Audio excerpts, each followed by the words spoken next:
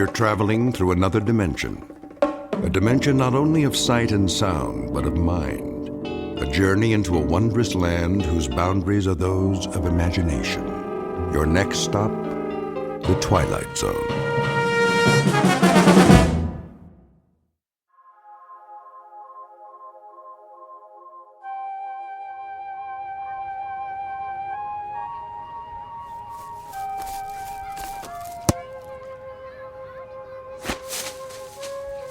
Tommy, don't kick the ball so far. Now I had to go across the street to get it.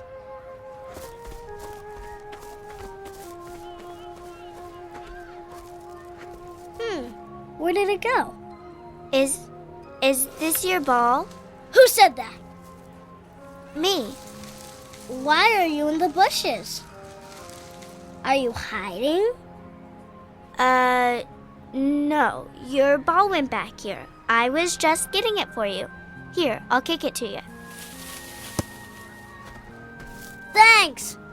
Hey, you kick pretty good. What's your name? Janet. Mine's Rebecca. You can call me Becky. Why don't you come out of there? That's all right. I'm okay here. Don't be silly. Come on out and play kickball with us. Oh, I would love to, but I'd better not. Come on. Do you really think I'm a good kicker? You can play on my team. Well, all right. Maybe I can. Maybe it'll be all right. Yeah, we'll be all right. Okay, I'm coming out now. You better hurry. Tommy doesn't like to wait. You're a monster!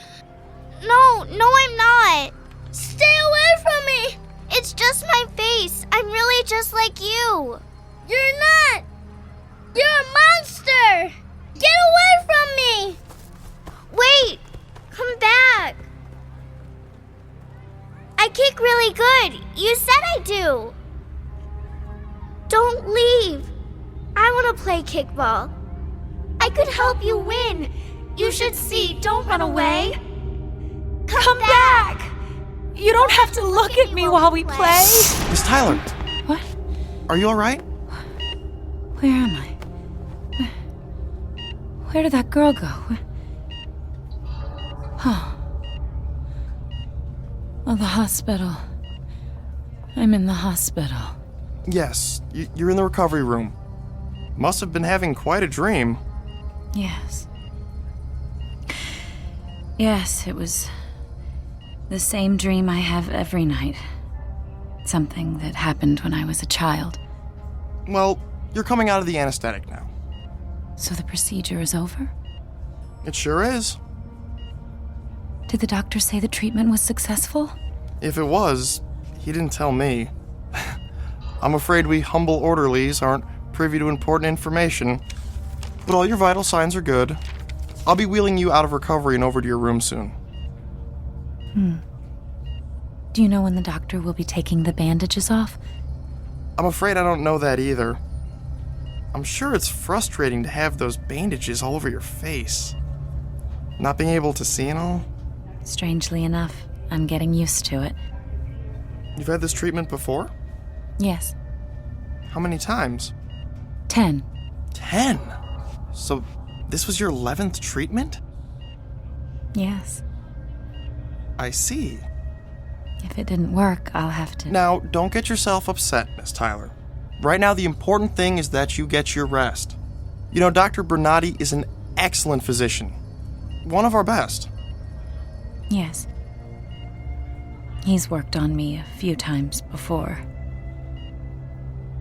Oh, will he be in soon? I'd like to talk to him.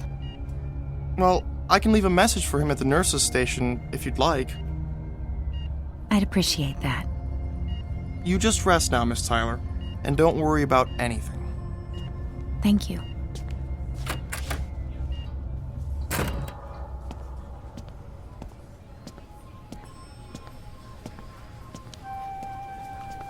Hey, nurse, patient 307 wants to see Dr. Bernardi when he's available. She's anxious to find out if the doctor thinks her treatment was successful. It was her 11th. I know. No wonder she's chomping at the bit. You didn't get a look at her when she was admitted, did you? I sure did. I had to turn away. I'm afraid I've got an overactive gag reflex when it comes to those face cases. I know what you mean. I'll tell you something. If that were my face, I'd bury myself in a grave someplace. Some people want to live no matter what.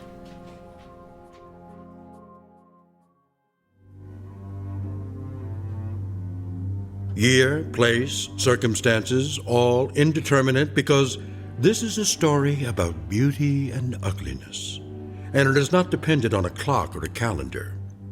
You have been introduced to Miss Janet Tyler, who lives in a very private world of darkness, a universe whose dimensions are the size, thickness, length of a swath of bandages that cover her face.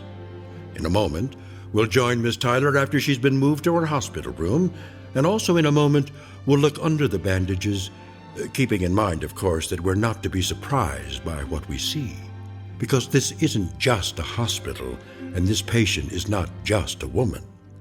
Miss Janet Tyler, patient number 307, is recovering from a medical procedure that is only performed in the Twilight Zone.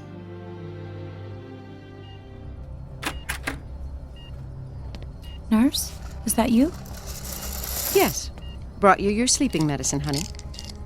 Oh. Is it really night already? It's 9:30. What about the day? What about it? Well, was it a beautiful day? Was the sun out? Was it warm? Kind of warm. Clouds? Were there clouds in the sky? I suppose there were. I never was much for staring up at the sky all the time. I used to look at clouds a lot when I was little. We had a hill by our house, and I liked to go up there and lay alone in the tall grass and stare up at the clouds. Did you ever do that? Can't say I ever did. I used to love the sun on my face, the wind in my hair, and the solitude. I loved being by myself, all alone at the top of the world. Time to take your temperature now. Oh, just one other thing. Well, When will they take the bandages off? How long do I have to wait? until they decide whether they can fix up your face or not. Oh. I guess it's pretty bad, isn't it? I've seen worse. But it's pretty bad, isn't it? I mean, I know it's pretty bad.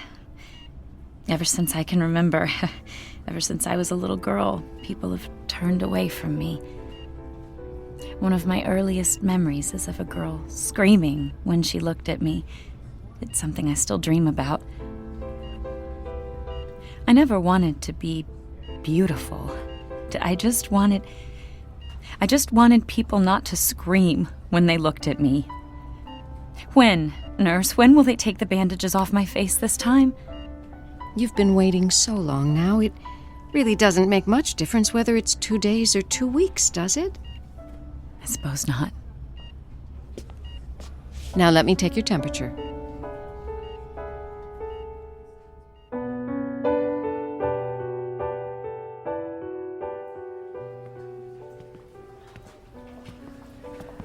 Good evening, nurse. Hello, Dr. Bernardi. How's patient 307? Resting comfortably. How would you describe her emotional state? Apprehensive. A bit agitated. Can't blame her. This is what, her 9th visit? I've lost count. You have to give her credit. She keeps trying, doesn't she? Yes. A shame. All her previous treatments were unsuccessful. Doctor, what would cause such deformity? I wish I knew. I'm going to check in on her. Come back about 11, nurse. Give her the usual sedative then. All right, Doctor.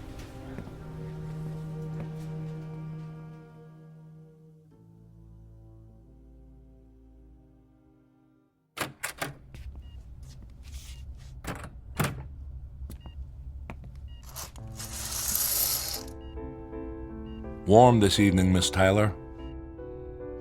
Hello, Doctor. I thought it was warm. I couldn't be sure, though. I expect you're uncomfortable under all those bandages. Oh, I'm used to bandages on my face. Sometimes I think I've lived my whole life inside a dark cave. The walls are gauze, and the wind that blows in from the mouth of the cave always smells of disinfectant. There's kind of a comfort, though, Doctor, to living in this cave. It's so wonderfully private. No one can ever see me. It's hopeless, isn't it, Doctor? I'll never look any different. That's hard to say. Up to now, you haven't responded to the medication or to the shots or any of the proven techniques. Frankly, you've stumped us, Miss Tyler. Nothing we've done so far has made any difference at all, but we are hopeful of what this last treatment may have accomplished. Unfortunately, your case is one that can't be handled with plastic surgery. Bone structure, flesh type, many factors prohibit this kind of approach, and this is your 11th visit. No more after this, are there? No more tries? 11 is the maximum number of experiments. No more are permitted after 11. Now what? Well, you're kind of jumping the gun, Miss Tyler. You may very well have responded to these last injections. There's no way of telling till we get those bandages off. But if I haven't responded, then what? There are alternatives. Like? Don't you know? I know. You realize, of course, Miss Tyler, why these rules are in effect? Each of us is afforded as much opportunity as possible to fit in with society. Doctor, may I walk outdoors? May I sit out on the lawn just for a while, just to smell the flowers, just to feel the air, just to make believe, Doctor, to make believe that I am normal. If I sit outside in the darkness, then I know that the whole world is dark. I'm more a part of it that way, not just one grotesque, ugly, deformed woman with a bandage around her face, with a special darkness that belongs just to her. I want to belong. I want to be like other people. Please help me, Doctor. You're not alone, Miss Tyler. You realize that, don't you? There are many others who share your misfortune. One of the alternatives, should this last treatment prove unsuccessful, well, it would be to simply allow you to move into a special area in which people of your own kind have been congregated. People of my own kind? Congregated, Doctor? You don't mean congregated, you mean segregated. You mean imprisoned. You're talking about a ghetto now.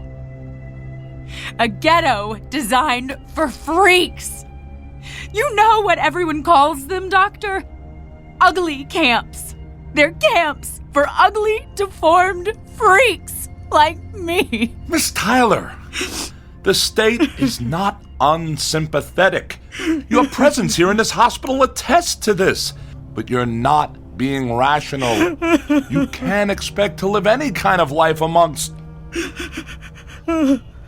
normal people. I could try. I could wear a mask or this bandage. I wouldn't bother anyone. I'd just go on my own way. I'd take a job, any job. Ugh, who are you people anyway? What is this state? Who makes up all the rules and the statutes and the traditions? The people who are different have to stay away from the people who are normal. Well, the state isn't God, Doctor. Miss Tyler, please. The state is not God. It hasn't the right to penalize people for an accident of birth. It hasn't the right to make ugliness a crime. Doctor, look. If I walk over here by this window... Careful, Miss Tyler. No. I can feel the night out there. I feel the air. I can smell the flowers. Please. Please take this bandage off me. Please take this off me.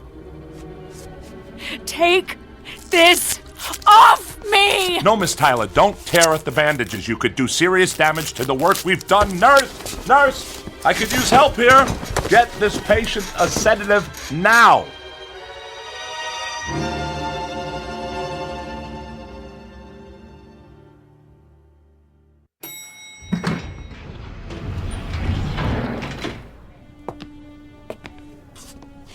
Excuse me, nurse? May I help you? Yes, we're looking for Dr. Bernardi. If you don't mind, Mr. Smith, I can speak for myself. Of course, Minister. My apologies. I believe Dr. Bernardi is with a patient. May I ask who wants to see him? Just tell him it's the Minister of Relocation. Of course, Minister. You can wait right over there. I'll just find the doctor for you. Thank you. Hey, who's that? He looks like he's from the state. It's the Minister of Relocation. Probably here to find out about patient 307, but who's that with him? He's so grotesque. Isn't it obvious? He's from one of those ugly camps. If patient 307 hasn't changed when they take off the bandages, he'll be here ready to cart her off to Gruesome Gulch.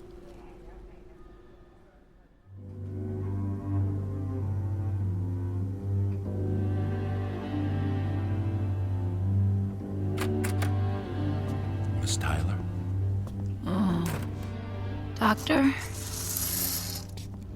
What time is it? It's morning.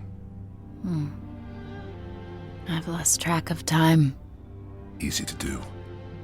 Those bandages keep you from seeing the daylight. Plus, we've kept you mildly sedated since your outburst a couple of days ago. You slept much of the time. Oh, is today the day? Yes. When? You're scheduled for 12 noon. Miss Tyler, Yes? after I remove your bandages, regardless of the outcome, I must insist that you promise to remain rational. No tantrums, no temperament. You understand? Yes. Now, having said that, I want to tell you that you have every reason to be optimistic. You've been fortunate enough to take advantage of some pharmaceuticals that were just recently developed in state laboratories. They've done quite well under testing conditions. Your chances for a successful treatment are very promising. So, let's just keep a hopeful outlook. All right? I'll try, Doctor. Dr. Bernardi, I'm sorry to interrupt. May I speak with you a moment? Of course. I'll see you later, Miss Tyler. All right, Doctor. What is it, nurse? The Minister of Relocation is here to see you.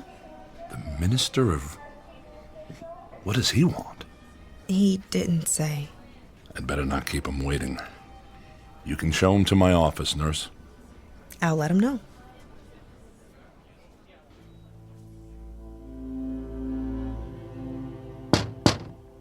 Come in. Dr. Bernardi? Yes, Minister. So sorry to keep you waiting. How can I help you? I understand you have a patient here. Patient 307, I believe? Yes. Janet Tyler is her name. I know her name, Doctor. I understand that 3 days ago she completed her 11th treatment for facial reformation. That's correct, sir. And she is scheduled to have her bandages removed today? Yes. Since this was patient 307's 11th treatment, there's a strong possibility that her appearance will not have changed. Well, I'd like to think that we were successful this time. But we know the statistics, don't we, Doctor? The statistics? The data on those who've had 11 treatments. Only 18 people have ever undergone that many. And of that number, only 2 were successful. That's why I brought Mr. Smith along with me today. How do you do, Doctor? Mr. Smith? Are you familiar with the ugly camp in the north, Doctor? We prefer to call it a relocation village, Minister. I'm sure you do. I'm familiar with it. Mr. Smith here is to escort patient 307 there, should her appearance remain unchanged. Shouldn't we wait until the bandages have been removed before making a decision like that? Experience has shown us, Doctor, that immediate exclusion is best for the patient. If 307's condition remains unchanged, Mr. Smith will ensure that her removal is swift and peaceful. So the only option for her is segregation? We prefer to think of it as a repositioning, a transfer, if you will, to a place with others of her disability. But to answer your question, the only other alternative for undesirables is extermination. But you should know, Doctor, that extermination is not an option if she is in good physical condition. In that case, she would simply be relocated. Has the state considered any other alternatives? Especially for a patient who's tried so hard to conform. It doesn't seem fair that... Fair? One could infer that you are questioning the judgment of the state, Dr. Bernardi. Oh, no, of course not, Minister. I'm simply trying to consider what's best for my patient. I wouldn't be much of a physician if I didn't. An admirable trait, Doctor. Assuming it doesn't take priority over the principles established by our leader. Of course, Minister. No disrespect was intended. I'm sure. Well, my business here is complete. Here is the necessary paperwork to fill out if patient 307's condition remains unchanged, and I will leave Mr. Smith here to accompany her to his village. Doctor, I would highly recommend sequestering Mr. Smith someplace where he won't, alarm the patients. Of course. We have a room down the hall where he can wait undisturbed. Excellent. Just one more thing, Dr. Bernardi. I assume the hospital knows that every video monitor in every room and every hallway must be tuned to the leader's message today. I understand it will be especially inspiring. I'm sure it's been taken care of, but I'll confirm that the audio-visual staff knows about it. Most kind of you. Thank you for your time, Doctor. Good day. Good day, sir. Goodbye, Minister. Goodbye.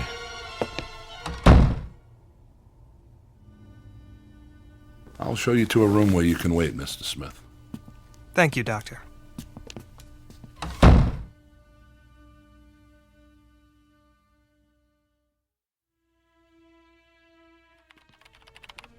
Hey, it's almost time for 307's bandages to come off.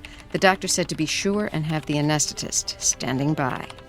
Oh, that's right. I'll set it up now.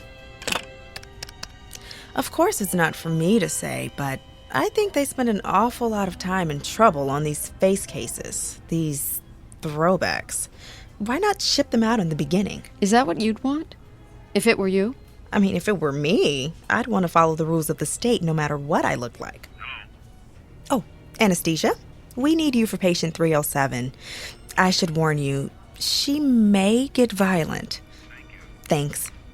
I'm not saying 307's case isn't tragic, but the rules the leader established are for the good of society. We can't make exceptions for one person, no matter how hard she's tried to conform. Oh, that reminds me. The leader is speaking today. I should turn on the radio. And now, ladies and gentlemen, our leader. Just in time. You're not going to have time to hear it. We have to be in 307's room. Yeah, I know. For the great unveiling. I just want to hear the beginning. Good evening, ladies and gentlemen. Tonight I shall talk to you about glorious conformity, about the delight and the ultimate pleasure of our unified society. You recall, of course, that period of time when there was a strange, over-sentimentalized perception that it mattered not if people were different, with foreign elements glued together in a crazy quilt. Looks like the leader's speech is on every video monitor, just like the minister requested. I guess my meeting with him could have gone better. Hope he didn't think I was questioning the laws of the state. But I've got to remain positive, regardless of what the statistics say. I have to let Miss Tyler see a glimmer of hope through all those bandages. After all, we use the latest medicine, the most up-to-date procedures. Dr. Bernardi? Huh? Oh, yes, nurse? You look deep in thought. I guess I am. There's a lot to think about today. Well, the anesthesiologist is on his way. Should we all meet you outside patient 307's room? Yes, please. All right. I'll see you there. Okay, doctor, let's find out if the 11th time is the charm.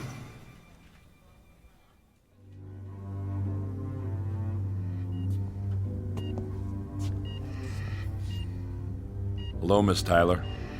Hello, Doctor. There are others with you. It's time, isn't it? It's time. How are you feeling? Oh, I'm frightened. This is my last chance, Doctor. My last chance.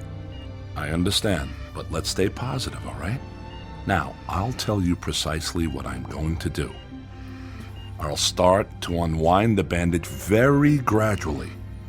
See, the process has to be slow so that you can become accustomed to the light. As you know, the injections may have had an effect on your vision. Now, as I unwrap, I want you to keep your eyes open. And I want you to describe to me the different shadings of light as you perceive it as each layer of bandage comes off. All right.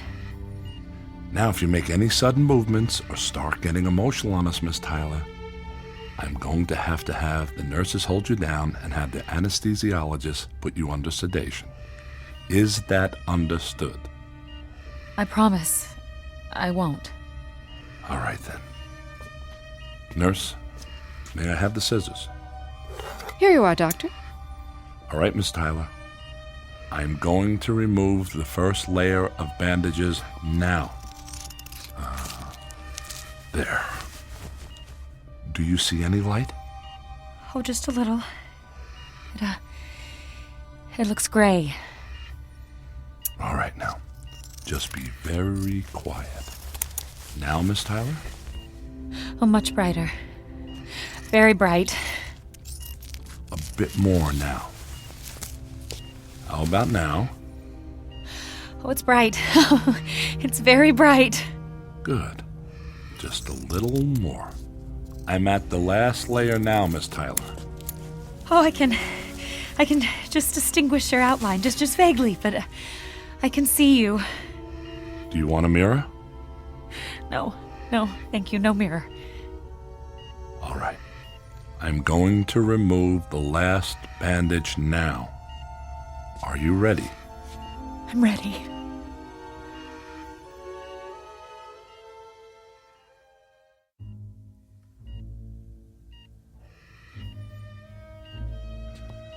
All right, Miss Tyler.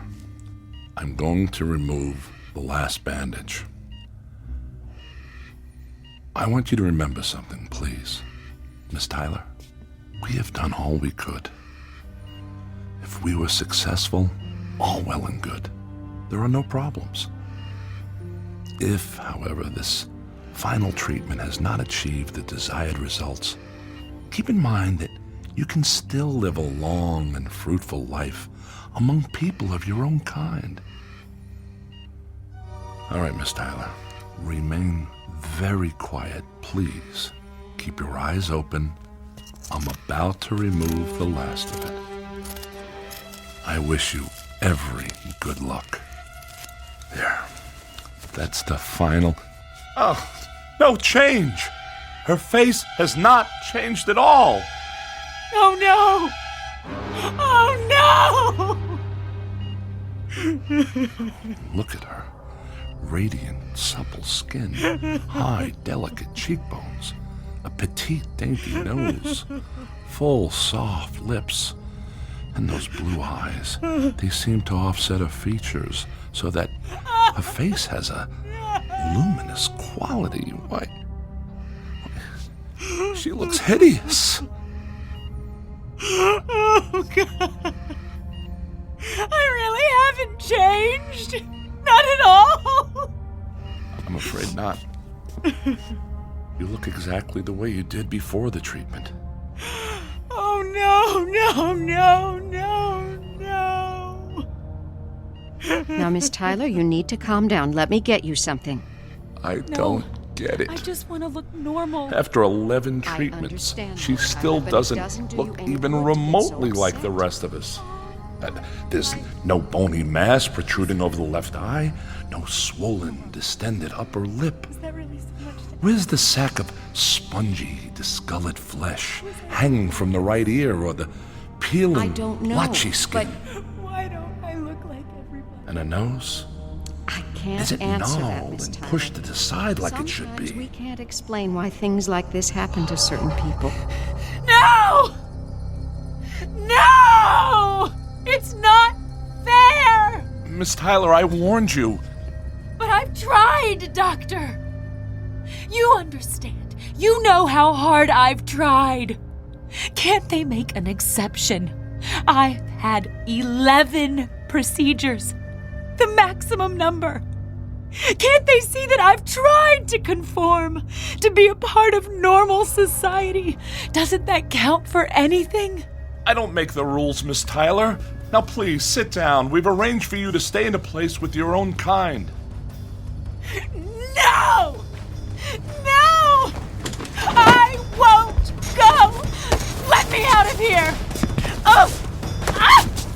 I say to you now, Come on. that there is no We have to stop her. I'll call security. a permissive She's running society. toward the elevator. Stop her. Because such Stop that woman. society- Don't let her get away. The door's closed in time.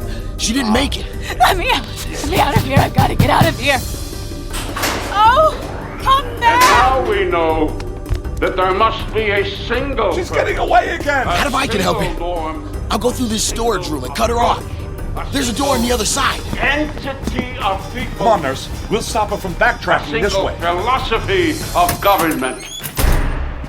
There! I think he's got a corner. Come on now, Miss Tyler. You need to stop running. But don't you see? Everywhere I run, everyone looks the same. The doctors, the nurses, the leader on all these video monitors. They're all just reminders. Reminders that I'm different. That I'm a freak. No, wait. Cannot permit. We must not permit. She's gonna throw the that clipboard at him. encroaching sentimentality Shut of up! past age to weaken Shut our resolve. We must cut I'm out tired all of that is hearing different, your rules. like a cancerous I growth. am not a cancer. Because such must be respected.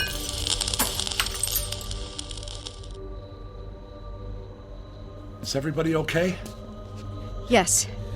I'm fine. I'm fine. She's getting away again. Come on.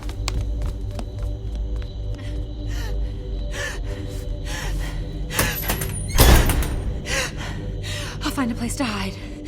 No one ever has to look at me again.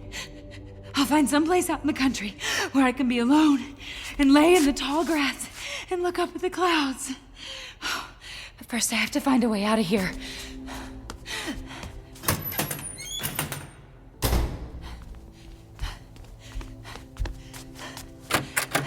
Oh, this is just some kind of waiting room.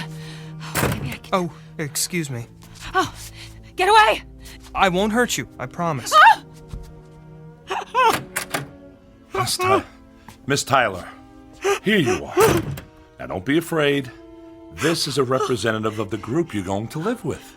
Oddly enough, you've come right to him. He looks like a monster.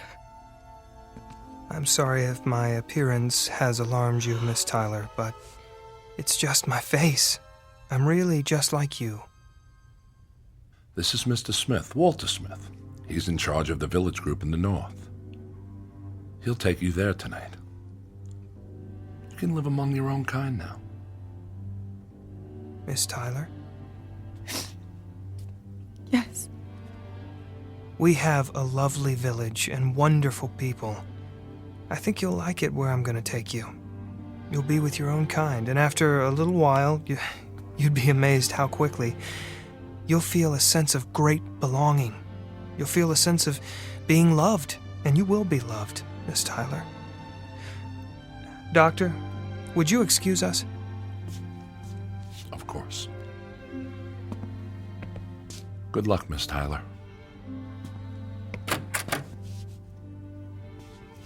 Miss Tyler, Yes. I'd like you to look at me. I can't. Please, Miss Tyler.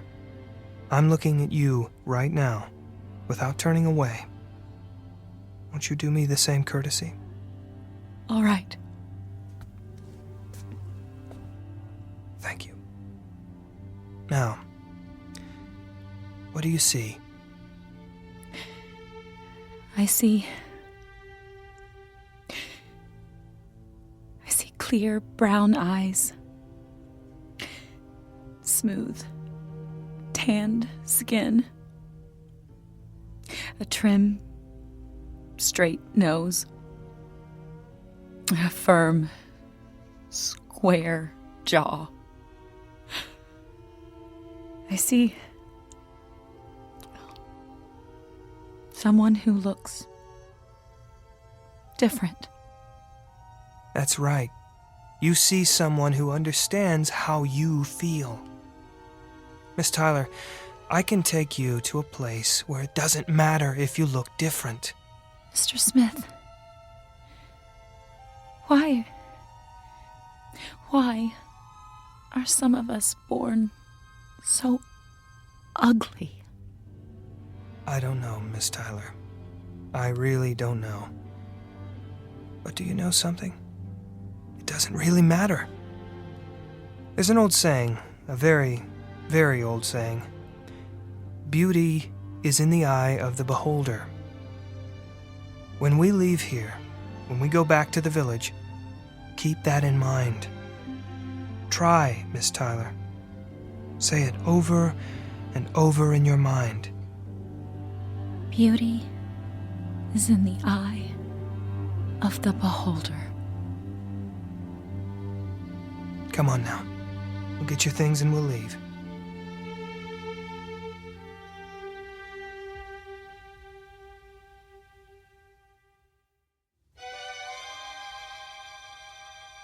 Now the questions that come to mind: where is this place and when is it? What kind of world where ugliness is the norm and beauty the deviation from that norm? You want an answer? The answer is it doesn't make any difference. Because the old saying happens to be true. Beauty is in the eye of the beholder. In this year or 100 years hence.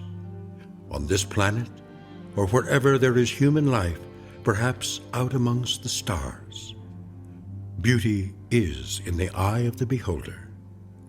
Lesson to be learned in the Twilight Zone.